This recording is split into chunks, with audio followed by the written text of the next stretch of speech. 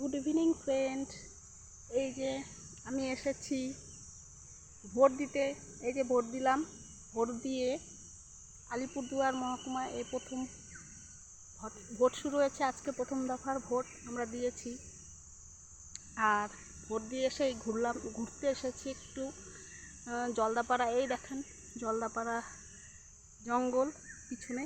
এই জঙ্গলে কখন যে কি চলে আসবে ভয় ভয় লাগছে প্রচুর, তাও একটু ভিডিও করে যাচ্ছি। এখানে প্রচুর এই যে জঙ্গল, আর এটা নদী, শুকনা নদী, এখন জল নেই। 2 মাস পরে প্রচুর জল হবে। এই জলে মাছও ভালো ভালো মাছও পাওয়া যায়, ছোটো ছোটো নদীর মাছ, যেগুলো আমি কাটি, আমার বড় ধরে। তারপর এই এখন তো নেই, একদম শুকনো। এমনকি এই নদীটার নাম হলো হলং। এই নদীতেই কদিন পরে নদীর ঘাটে, ওখানে ঘাটও আছে সামনে, এখানেই ঠাকুরও ভাসায়। দুর্গাপূজা বড় বিশাল হয়,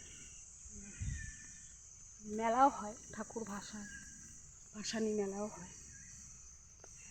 এখন সুন্দর ভিউ, প্রাকৃতিক সৌন্দর্য এখানে ফুটে উঠেছে। একটু আগে ময়ূরও ডাকছিল কোথায় যেন। এত সুন্দর মনোরম একটা প্রাকৃতিক সৌন্দর্য দেখেন।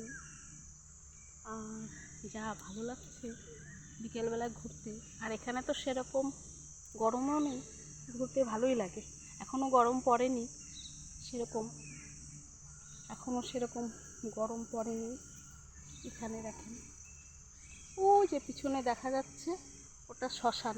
ওর সামনে এসে দেখলাম এখনই একটা মৃতদেহ নিয়ে এসেছে দাহ করবে, তাই আমরা তাড়াতাড়ি প্রণাম করে চলে আসলাম।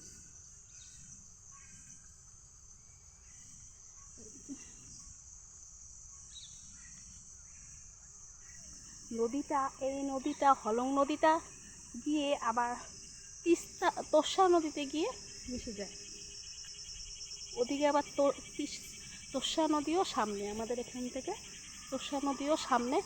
একদিন তোষা নদীর ছবি আপনাদেরকে তুলে ধরবো, দেখতে পারবেন। তোষা নদী খুব সুন্দর বড় নদী, সবসময় সারা বছর জল থাকে, প্রচুর কারেন্ট জলে, আর স্রোত, আর দারুণ পাথরের জল, ঠান্ডা জল, খুব ভালো লাগে। কেউ নেই জঙ্গলে, শুধু আমরা পশু পাখি সব ডাকছে।